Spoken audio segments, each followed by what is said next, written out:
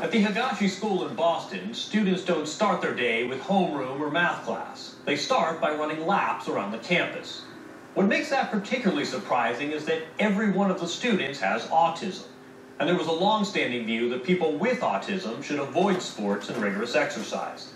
Playing on teams and even competing individually was thought to be too active, too unpredictable, too social to be a good fit. Even going to games was discouraged.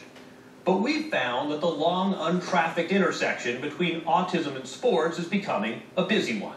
On the field, in the stands, even in conversations. The autism diagnosis has risen dramatically, now given to 1 in 68 children, most of them boys. So anything that helps them build social skills and connections is welcome. There's not much science yet confirming how much sports can benefit kids on the autism spectrum. But at the school up in Boston, they're believers. And suddenly, they're not alone. Come on, Ruby! You want to come to school?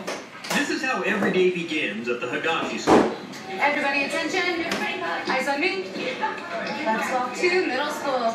A quick change into gym clothes. Touch your head. A quick stretch. And then, off the students run. Every day, we exercise, one way or the other. Heather Katz, Higashi's director of training, says that most of the kids here are closer to the severe end of the spectrum. 80% have limited or no verbal language. No matter what, they run and play sports. If they say, I don't want to run today, I don't feel like playing basketball, How do you respond? Yes, you will. We're going to help you do it. And as a teacher, that's our job. I know what's best for you, and what's best for you right now is exercise, so I'm going to help you do it. We're jumping. 1, 2, 3, 4, 5, 6, 7, 8. The kids run between 1 and 4 miles a day. On rainy days, they run in the hallways with teachers right alongside. The Higashi School was founded in Japan more than 50 years ago. Its American branch opened in Boston in 1987.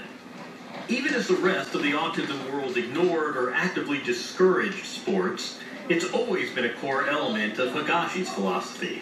We want the kids to be physically active because if they're physically active and they build up their body, that will also build up their mind. So it's a huge component that affects every area of their lives. It helps them sleep better, it helps them eat better, and those are all areas that children with autism typically have difficulties with. Adolescents with autism are more than twice as likely to be obese, though the physical benefits of regular exercise are easy to understand. Katz insists that it also translates into gains in the classroom. Researchers at the University of Massachusetts Amherst studied a group of Higashi students this year and found that daily jogging did reduce behavior problems and improve academic engagement. And that is the key, I think, for kids with autism, is how do you build up their mental endurance to push themselves like, I can do it. I went from 1 mile to 4 miles, and you know what? I can power through this book. Absolutely. There's another element to Higashi's distinctive approach. Kids with autism are often very sensitive to loud noise.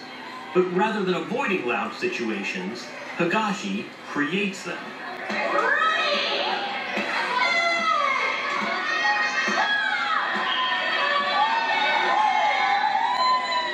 Anything that's difficult for children with autism, we want to do.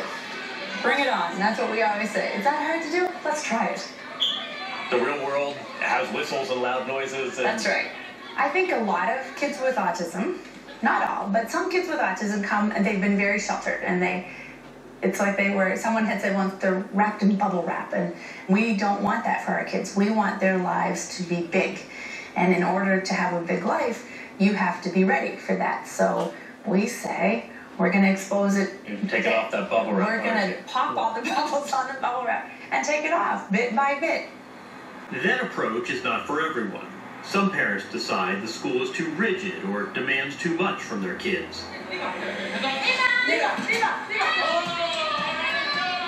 But the families that embrace the philosophy, they're all in. Each fall, the Higashi School puts on a sports day. Parents are invited to join their kids in activities like team ball tosses, tug of war, and and relay races. It's hard to tell who enjoys it more. But again, until quite recently, the Higashi school was an exception, an outlier. I was warned many times by many people who knew a whole lot more than me about autism that kids with autism would never succeed doing team sports. Dr. Erin Friedlander works as a pediatric emergency physician at Children's Hospital of Philadelphia. Her son Alexander was 2.5 when he was diagnosed with autism. They say, don't put him in situations where he is set up to fail and be overwhelmed. So I was told things like karate, maybe he could do, and swim lessons were a great idea. Your son says, but Mom, I don't want to do karate. I want to be on the soccer team. Was that something you struggled with, or was that, go for it, let's see how it turns out? So it was, go for it, let's see how it turns out, with my own sort of understanding for myself that if it was overwhelming for Alexander in ways that he might not have been able to anticipate, we would just switch gears and figure something else out. And how'd it go? He loved it. Alexander started soccer when he was 5. Along the way, he tried lacrosse and basketball too. He's 14 now and still playing soccer. This was his big opportunity to just be one of the boys, and that was huge for him. Yeah! The goal is to use sports as a vehicle to leverage for the development of other abilities. Dr. Wendy Ross is also a Philadelphia pediatrician. She specializes in diagnosing and treating children who have autism. And that's the thing about autism, is that the kids oftentimes are just as cute as any other kid, and they might have language and look fine, but they don't behave as expected. And when that happens, everybody looks at the parent like they're bad parents. Being judged like that is so painful, Ross says, that parents often just stop taking their kids out. They shrink their lives. To counter that, she thought of another way to use sports to help those with autism. Take them out to the ball game. What's the biggest challenge about attending a sporting event for a child with autism, would you say? I think it's the sensory experience, the overload, and the unpredictability of it, the sudden shouting, the jostling, the lines, those sorts of things. And how do you prepare for that? You can't really predict the outcome. But we prepare them for the sense that it's going to be unpredictable. Preparing the kids and their families was one thing. Convincing Philadelphia's professional teams was quite another. Well, we're not going to turn down the PA systems. And I said, I don't think you should turn down the PA system. You can't turn down the volume on the world. Like, you might control the PA system, but if somebody gets a home run, we can't make them all be quiet. Like, you want the kids to have a normal fan experience. Absolutely. You don't want the experience to be tailored to the kids. Right. A lot of their behavior can be affected by sensory information. Now, the Philadelphia Phillies and Eagles and Flyers and 76ers are all on board. And Ross teaches their employees, every last one of them, how to handle this growing section of the population and growing potential fan base. You guys are really a part of these families developing independence. Hey, Alex, how are you? Alex, a local 15-year-old, came to a recent Eagles game accompanied by his mom. Wendy Ross met them outside the gate. Alex is not very verbal. Alex the term is stimming, flapping his hands and the self-stimulatory behavior some people with autism use to ease their anxiety. But he made it to his seat. And he was riveted. And when the Eagles scored, he stood up like everybody else stood up.